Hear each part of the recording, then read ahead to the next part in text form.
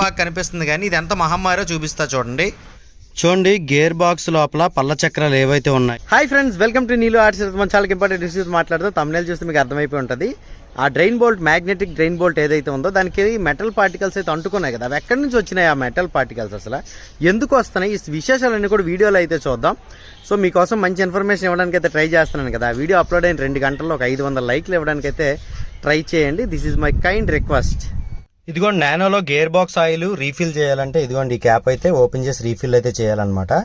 ముందుగా gear box oil అయితే drain చేసుకుందాం. సో డ్రైన్ బోల్ట్ అయితే కింద ఉంటుంది, నేను మీకు చూపిస్తాను ఇప్పుడు. ఇదిగోండి ఇదంతా కూడా గేర్ బాక్స్ విభాగం. ఇక్కడ చూసారు కదా గేర్ షిఫ్టింగ్, ఓకేనా. సో ఇది గేర్ బాక్స్కి సంబంధించిన విభాగం. సో ఈ విభాగంలో గేర్ ఆయిల్ అయితే ఉంటుంది. సో ఈ గేర్ ఆయిల్ అయితే మనం చేంజ్ చేసుకుందాం. నానోకి 1.4 లీటర్ గేర్ ఆయిల్ అయితే ఉండాలి. నానోలో గేర్ ఆయిల్ డ్రైన్ చేయడానికి 16 రింగ్ అయితే ఉండాలి. 16-17 మనకి 16 అయితే ఉపయోగపడుద్ది. So gear oil drain bolt ఏదంటే ఓకేనా, ఇక్కడ కనిపిస్తుంది ఇది గేర్ ఆయిల్ తో డ్రైన్ బోల్ట్. 16 రింగ్తో అయితే దీన్ని ఇప్పాలి మనం. డ్రైన్ బోల్ట్ ఓపెన్ చేయడానికి పెద్ద కష్టపడాల్సిన పని లేదండి. రింగ్ని అయితే పైకి 2 సార్లు అన్నామంటే లూజ్ అయిపోతుంది. దాని తర్వాత మనం చేత్తో ఇప్పేయచ్చండి డ్రైన్ బోల్ట్.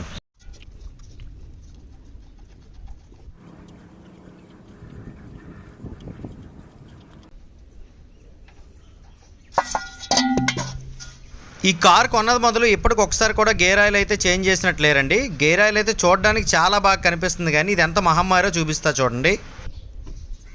ఇప్పుడు మనకి రిలీజ్ అయినటువంటి గేర్ ఆయిల్ ఏదైతే ఉందో అది దాని యొక్క ఒరిజినల్ విస్కాసిటీని కోల్పోయి గేర్ బాక్స్ లోపల పల్ల చక్రాలను అరగ్గొట్టేసింది.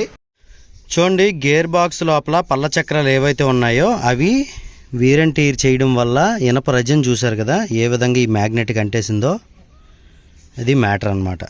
మనం ఇంజిన్లో వాడే ఇంజిన్ ఆయిల్ కానీ గేర్ బాక్స్లో వాడే గేర్ ఆయిల్ కానీ వాటి పని ఏంటంటే లోపల మెటల్స్ అయితే తిరుగుతూ ఉంటాయి ఒకదానికొకటి అనుసంధానమయ్యి. సో ఒకదానికొకటి అనుసంధానమై తిరిగేటటువంటి మెటల్ పార్ట్స్ని ప్రాపర్ లూబ్రికేట్ చేయాలి, ఒకటో పాయింట్. ఇంకోటి ఏంటంటే వాటికి అంటున్నటువంటి కార్బన్ ఏదైతే ఉంటుందో, ఆ మెటల్ పార్ట్స్కి అంటుకున్నటువంటి కార్బన్ ఏదైతే ఉంటుందో అది సహజసిద్ధంగా ఇంజిన్ ఆయిల్ అనేది క్లీన్ చేయాలి. కాబట్టి లూబ్రికెంట్స్, డిటర్జెంట్స్ ఇంజిన్ ఆయిల్లో ఉంటాయి, నేను ఎప్పుడు కూడా చెప్తాను కదా. సో ఎప్పుడైతే ఇంజిన్ ఆయిల్లో కానీ గేర్ ఆయిల్లో కానీ ఆ లూబ్రికెంట్స్, డిటర్జెంట్స్ పోయి ఓన్లీ బేస్ మెటీరియల్ ఇంజిన్లో రన్ అయిపోద్దో, గేర్ బాక్స్లో రన్ అయిపోద్దో, ఈవెన్ ఇది కార్ చూపిస్తున్నాను, బైక్ కైనా సేమ్ ప్రొసీజర్. ఉట్టి బేస్ ఆయిల్ ఏదైతే ఉంటుందో అది కార్లో, బైక్లో రన్ అయిపోయింది అనుకోండి ఇంజిన్లోన, అదేం చేస్తుందంటే మెటల్ పార్ట్స్ని లూప్ చేయకపోగా అరగకూడదు అనమాట. అంటే అక్కడ మెటల్కి వెళ్ళి లూబ్రికేషన్ ప్రాపర్గా లేదంటే అరిగిపోతుంటుంది.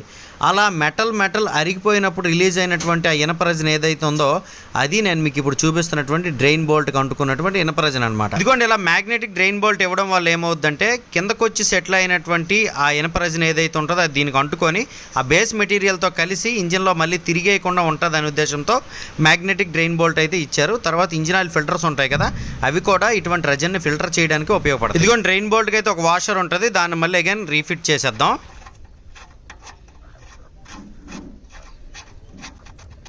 థ్రెడ్డింగ్ స్లిప్ అయిపోకుండా ఉండడానికి ఫస్ట్ చేత్తో బిగించేసి తర్వాత ఏమో 16 రింగ్ ఏదైతే ఉంటుందో దాంతో టైట్ చేసేస్తున్నాను. ఇదిగోండి గేర్ ఆయిల్ రీఫిల్ చేయాలంటే ఈ క్యాప్ అయితే ఓపెన్ చేయాలన్నమాట. ఫస్ట్ పడిపోయింది, తర్వాత ఇది కూడా మనకి 23 రింగ్తో అయితే ఓపెన్ అవుతుంది. నేను ఫస్ట్ ఓపెన్ చేసి ఉంచాను, అది కూడా పడిపోయింది. ఇందులో అయితే మనం గేర్ ఆయిల్ రీఫిల్ చేయాలి. 1.4 లీటర్ అండి టాటా నానోకి. ఇదిగోండి ఇంజిన్ ఆయిల్ని గేర్ ఆయిల్తో అయితే రీప్లేస్ చేయకూడదు. గేర్ ఆయిల్ కోసం గేర్ ఆయిల్ మాత్రం వాడాలండి. ఎందుకంటే గేర్ ఆయిల్ యొక్క విస్కాసిటీ వేరు, ఇంజిన్ ఆయిల్ యొక్క విస్కాసిటీ వేరు. విస్కాసిటీ అంటే స్నిగ్ధత, అక్కడ ఉండే మెటల్ పార్ట్స్ యొక్క పనితనం బట్టి అక్కడ వాడాల్సినటువంటి ఆయిల్ అయితే ఆధారపడి ఉంటుంది అనమాట.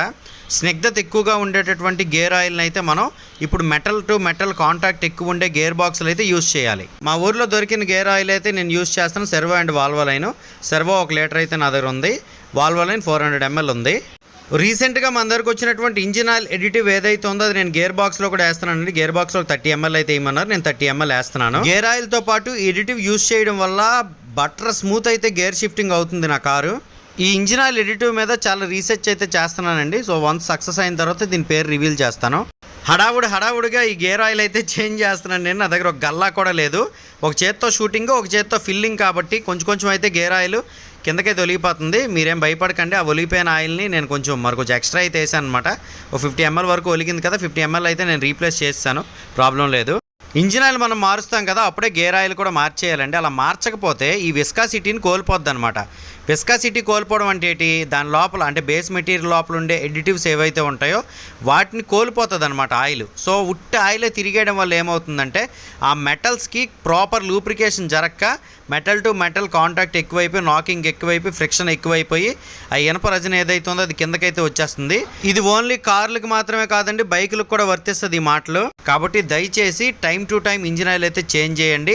నాసి రకం ఇంజిన్ ఆయిల్ ఏది పడితే అది ఇంజిన్ ఆయిల్ అయితే వాడారంటే ఖచ్చితంగా మీ ఇంజిన్ లోపల ఉండే మెటల్ పార్ట్స్ ఏవైతే ఉంటాయో అవి అరగడం మొదలెడతాయి. వన్స్ అరగడం మొదలెట్టిన తర్వాత అది ఎక్కడికి దారితీస్తుంది అంటే బండి బోర్కి వచ్చేంత, క్లచ్ ప్లేట్లు పోయేంత, గేర్ బాక్స్ పోయేంత, కనెక్టింగ్ పోయేంత, క్రాంక్ షాఫ్ట్ పోయేంత జరుగుతుంది అనమాట నష్టము. కాబట్టి థంబ్నెయిల్ ఆ విధంగా పెట్టాను. ఓకేనా గైస్, ఇంజిన్కి సంబంధించి ఆయిల్ విషయంలో అస్సలు నిర్లక్ష్యం చేయకండి. అతిక్రమణకు తప్పదు, భారీ మూల్యం అన్నట్టుగా ఉంటుంది వ్యవహారం. మంచి ఇంజిన్ ఆయిల్ అయితే యూజ్ చేయండి. ఓకేనా గైస్, ఈ వీడియో మీకు నచ్చిందంటే లైక్ చేసి మీ ఫ్రెండ్స్తో షేర్ చేయండి. నీలు ఆర్ట్స్ ఛానల్ అయితే సబ్స్క్రైబ్ చేసుకోండి. అందరూ నమస్కారం, thank you. Hello Neelu brother, మొన్న వచ్చాను కదా నా పల్సర్ 180కి ఎన్ఆర్ కార్బన్ యాంటీడ్యూట్ కొట్టించడానికి. మీరు రివ్యూ ఇమ్మన్నారు కదా, 2 days తర్వాత ఇంటికి వెళ్ళాక. నాది లీటర్కి 40 kilometers వస్తుంది బ్రో. ఇప్పుడు 2 liters వేసాను. 2 litersకి 111 kilometers తిరిగాను. 111 kilometers తిరిగాను. అయినా ఇంకా పెట్రోల్ ఉన్నది, తిరగొచ్చు. Thank you brother. Friends, Pulsar 180లో ఎన్ఆర్ కార్బన్ యాంటీడోట్ రిజల్ట్స్ అయితే చూసారు కదా. ఇలా చాలా టెస్టిమోనీస్ అయితే ప్రతిరోజు వస్తూనే ఉంటాయండి. ఎన్ఆర్ కార్బన్ యాంటీడోట్ మీరు కనుక ఆర్డర్ చేయాలంటే స్క్రీన్ మీద కనబడుతున్న వాట్సాప్ నెంబర్ నుండి అయితే సంప్రదించగలరు. Thank you.